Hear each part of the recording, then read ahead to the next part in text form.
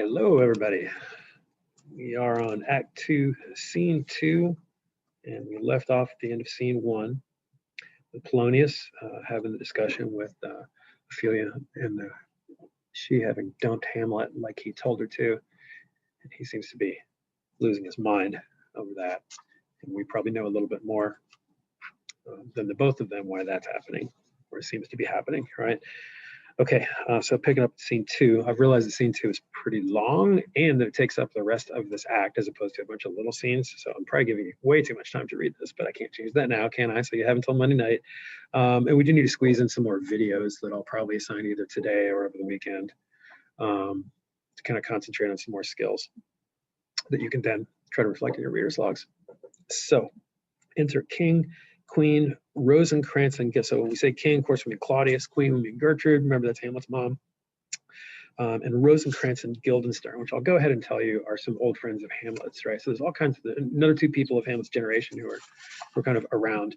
We don't know whether they've been off to school or not, but Hamlet would be probably glad to see them, right? It's a whole phenomenon of people coming back from college, basically, right, and seeing each other and hey, what's going on? Well, there's some pretty big, ugly stuff that's been going on, right? All right, here we go. Welcome, dear Rosencrantz and Guildenstern. My lord. Moreover, that we much did long to see you, the need we have to use you did provoke our hasty sending.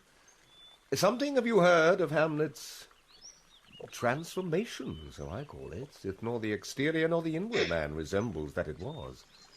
What it should be, more than his father's death, that thus hath put him so much from the understanding of himself, I cannot dream of.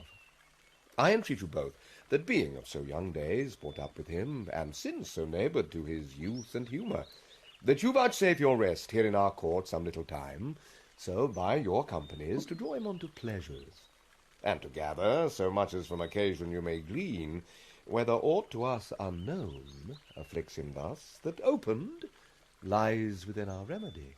Do you notice the similarity with what the king, we can probably already see, seems to be asking of Rosencrantz and Guildenstern to another conversation recently in the play? There's a little bit of a trend here. We've got some questions in the study guide about that, but it sounds like they grew up together, right? So these are cherished friends, and the king is talking to them behind Hamlet's back and asking them to do some things. So think about what you think about that.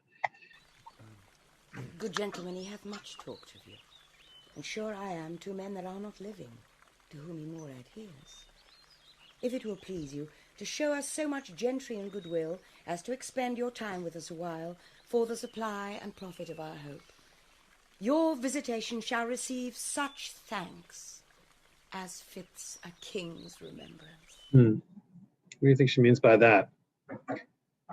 If you do this for us, your visitation shall receive such thanks as fits a king's remembrance. What would constitute a huge thank you from the king? It's probably pretty nice, right? Both your majesties might, by the sovereign power you have of us, put your dread pleasures more into command than to entreaty. But we both obey, and here give up ourselves in the full bent, to lay our service freely at your feet, to be commanded. Thanks, Rosencrantz and gentle Guildenstern. Thanks, Guildenstern and gentle Rosencrantz. And I beseech you instantly to visit my too much changed son. Go, some of you, and bring these gentlemen where Hamlet is. Heavens make our presence and our practices pleasant and helpful to him. So the king and queen are being polite and asking them, and they're being polite and saying, you don't even have to ask us, you can command us, you're the king and the queen, right? But think really hard about Claudius's intentions here and Gertrude's intentions and their attitude toward Hamlet and who really cares about him and why. Aye. Amen. The ambassadors from Norway, my good lord, are joyfully returned. Thou still hast been the father of good news. Have I, my lord? I assure you, my good liege, I hold my duty as I hold my soul, both to my God and to my gracious king.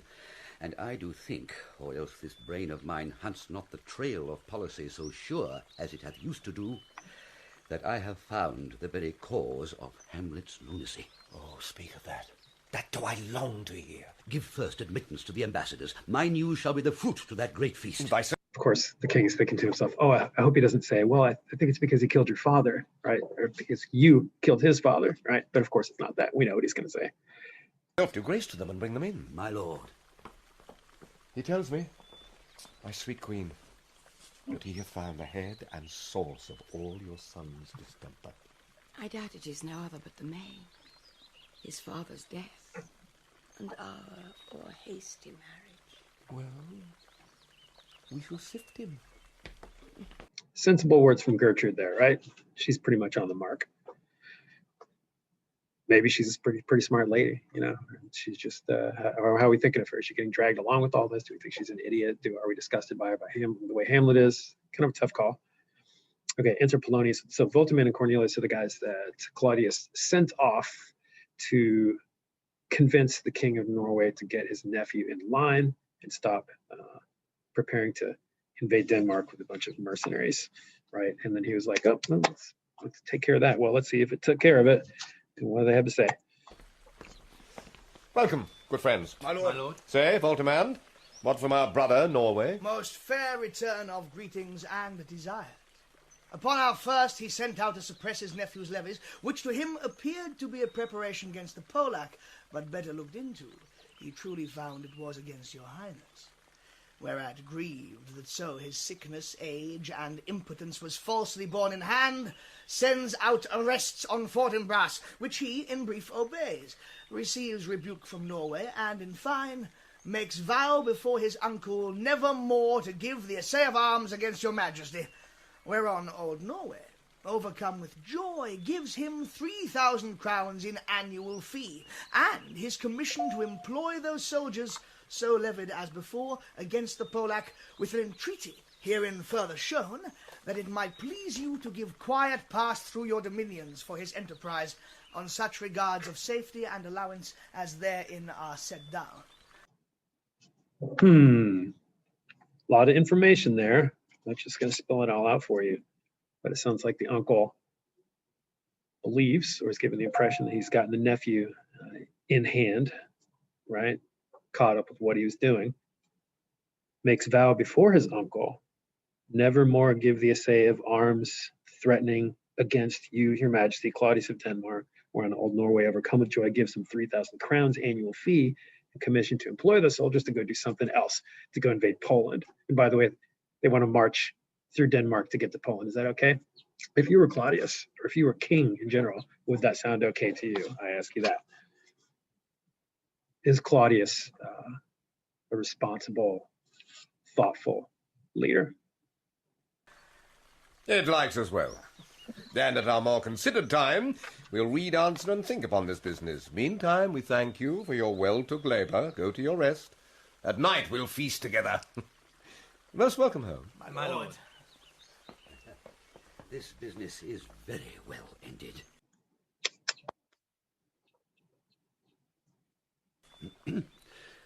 My liege and madam, to expostulate what majesty should be, what duty is, why day is day, night night, and time is time, were nothing but to waste night, day, and time. Therefore, since brevity is the soul of wit, and tediousness the limbs and outward flourishes, I will be brief. Your noble son is mad. Mad call I it, for to define true madness, what is to be nothing else but mad. But let that go. More matter with less art. Way to go, Gertrude. Tell him to get to the point, right? The irony of Polonius saying brevity is the soul of wit. It's a great line there if you think about that. You could condense everything that Polonius just said to Gertrude, your son is freaking crazy, right? Madam, I swear I use no art at all. That he is mad, 'tis true. 'Tis true, 'tis pity, and pity 'tis true. A foolish figure, but farewell it, for I will use no art. Mad, let us grant him then, and now remains that we find out the cause of this effect, or rather say the cause of this defect, for this effect defective comes by cause. Thus it remains, and the remainder thus. Perpend. I have a daughter, have, whilst she is mine, who in her duty and obedience mark hath given me this. Now gather, and... I'm sorry, did some of you guys fall asleep there while Polonius is talking? Wake up. He's getting to the point here, okay? surmise. To the celestial and my soul's idol, the most beautified Ophelia. Okay, so keep in mind what he's reading here. His letters that Ophelia has turned over to him that Hamlet wrote in confidence to her. This is terrible, right? And let's think about what Hamlet usually sounds like, how articulate he is, how thoughtful he is, often cynical, sarcastic, but maybe not toward Ophelia in this situation. Let's think about the tone of this letter and what we think about its authenticity. That's an ill phrase, vile phrase. Beautified is a vile phrase. But you shall hear. These, in her excellent white bosom, these, etc. Came this from Hamlet to her? Good madam, stay a while. I will be faithful. Doubt thou the stars are fire, doubt that the sun doth move, doubt truth to be a liar, but never doubt I love. Oh, dear Ophelia, I am ill at these numbers. I have not art to reckon my groans, but that I love thee best. Oh, most best, believe it, adieu. Thine evermore most dear lady, whilst this machine is to him Hamlet. This in obedience hath my daughter showed me, and more above hath his solicitings, as they fell out by time, by means, and place, all given to mine ear. But Okay, stop and take a look at that letter. Look at your notes at the bottom to just kind of help you interpret what he is actually saying, and then think about how he's saying it, and think about whether that sounds like him or not. Now we can assume that he wrote it, right? But with what intentions did he write this? And I'll leave it at that and move on. But how hath she received his love? what do you think of me? As of a man faithful and honourable. I would fain prove so.